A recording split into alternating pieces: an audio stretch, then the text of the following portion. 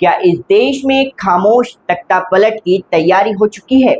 क्या भारत का अगला प्रधानमंत्री ईवीएम या बैलेट बॉक्स से नहीं बल्कि आपके स्मार्टफोन पर वायरल हो रहे मेम से तय होने वाला है? अगर आप चैन की नींद सो रहे हैं तो अब जागने का वक्त आ गया है, क्योंकि देश पर एक ऐसा गहरा संकट मंडरा रहा है जो किसी सरहद पार के दुश्मन से नहीं आ रहा, बल्कि आपके और आपके बच्चों के मोबाइल फोन से इस देश की जड़ों को खोखला कर रहा है। नमस्कार, मैं हूं प्रज्ञांश तिवारी और आज मैं आपके सामने कोई आम राजनीतिक खबर लेकर नहीं आया हूं। आज मैं उस अदृश्य युद्ध का कच्चा चिट्ठा खोलने जा रहा हूं जो इस वक्त इसी सेकंड आपके घर के अंदर लड़ा जा रहा है।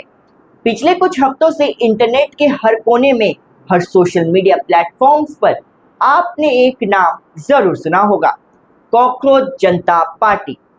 जेन ज़ी का मजाक, 18 से 20 साल के लड़कों का टाइम पास। आपको लग रहा है ना कि ये बस एक इंटरनेट ट्रेंड है? आप भी इसे देखकर हंसते रहेंगे, लेकिन मेरी ये बात आज लिख कर रख लीजिए, ये कोई मजाक नहीं है। ये आज़ाद भारत के इतिहास की सबसे खौफनाक राजनीतिक साजिश है। ये एक डिजिटल दीमक है जिसे बहुत सोच समझकर एक गहरी प्लानिंग के साथ इस देश के सिस्टम में छोड़ा गया है। जरा सोचिए, विपक्ष पिछले कई सालों से जमीन पर पस्त पड़ा है। रैलियों में भीड़ नहीं आ रही, सड़कों पर कोई बड़ा आंदोलन खड़ा नहीं हो पा रहा है। तो आखिर सत्ता की इस मजबूत इमारत को हिलाए कैसे जाए?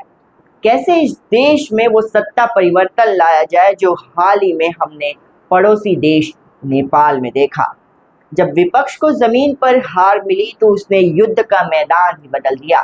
उसने सड़कों को छोड़कर आपके इंटरनेट और आपके दिमाग पर कब्जा करने की रणनीति बना ली। और इस पूरी साजिश के पीछे उस मास्टरमाइंड का दिमाग है जो दिल्ली की सत्ता का सबसे बड़ा बाजीगर माना जाता है। वो चेहरा जो कभी खुद एक आंदोलन की कोख से निकला था, जो सामने आकर अब सीधे पत्थर नहीं मारता बल्कि पीछे से अदृश्य रहकर भीड़ को भड़काता है। ये कॉकरोच जनता पार्टी दरअसल उसी विपक्ष का डिजाइन किया हुआ एक बायो वेपन है, एक साइकोलॉजिकल हथियार। हमारी डीप रिसर्च और डेटा एनालिसिस में जो सच सामने आया है वो आपके पैरों तले जमीन खिसका देगा। आप सोच रहे हैं कि कॉलेज जाने वाले बच्चे सरकार को ट्रोल कर रहे हैं।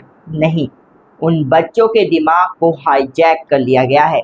इस फेक पार्टी को रातों रात ट्रेंड कराने वाले जो लाखों फॉलोअर्स हैं, उनमें से 80 से 90% असली इंसान है ही नहीं। वो अरबों रुपए खर्च करके खरीदे गए विदेशी सर्वर और रोबोटिक्स बॉट्स हैं। एक डार्क रूम में बैठकर कोड्स लिखे जा रहे हैं और करोड़ों फर्जी अकाउंट्स के जरिए एक इल्यूजन यानी भ्रम पैदा किया जा रहा है। विपक्ष का प्लान बहुत सीधा, स्पष्ट और खतरनाक है। देश में अराजकता फैलाओ।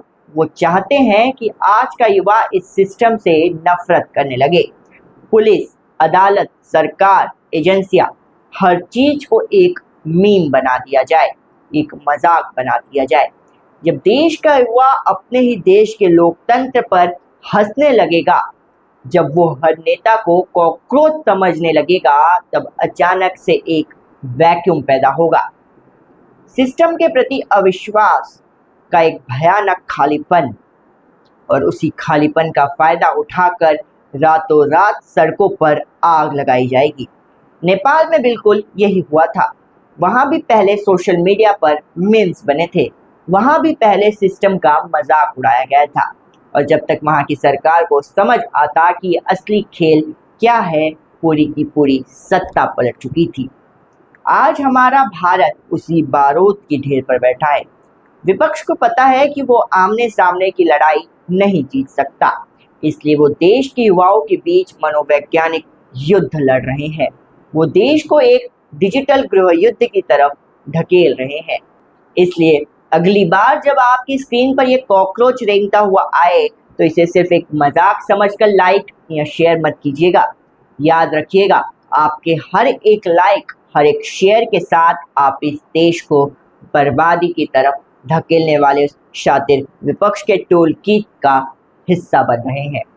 सत्ता परिवर्तन अगर बैलेट बॉक्स और जनता की असली वोट से हो तो वो लोकतंत्र है, लेकिन अगर वो विदेशी सर्वर, डार्क वेब की फंडिंग और फर्जी मेम्स की फौज से हो तो वो सिर्फ और सिर्फ देशद्रोह है। अब फैसला आपको करना है कि आप अपने दिमाग का रिमोट कंट्रोल किसके हाथ में देना चाहते हैं। इस वीडियो को हर उस हिंदुस्तानी तक पहुंचाइए जो अब भी इस गहरी साजिश को एक इंटरनेट जोक समझकर इग्नोर कर रहा है। उसे बताइए कि देश पर खतरा कितना बड़ा है। मैं प्रज्ञांश तिवारी आपसे विदा लेता हूं। इस डिजिटल अंडरवर्ल्ड के काले सच को मैं इसी तरह आपके सामने लाता रहूंगा। जय हिंद। ऐसी खबरों के लिए सब्सक्राइब करें स्वराज भारत न्यूज़।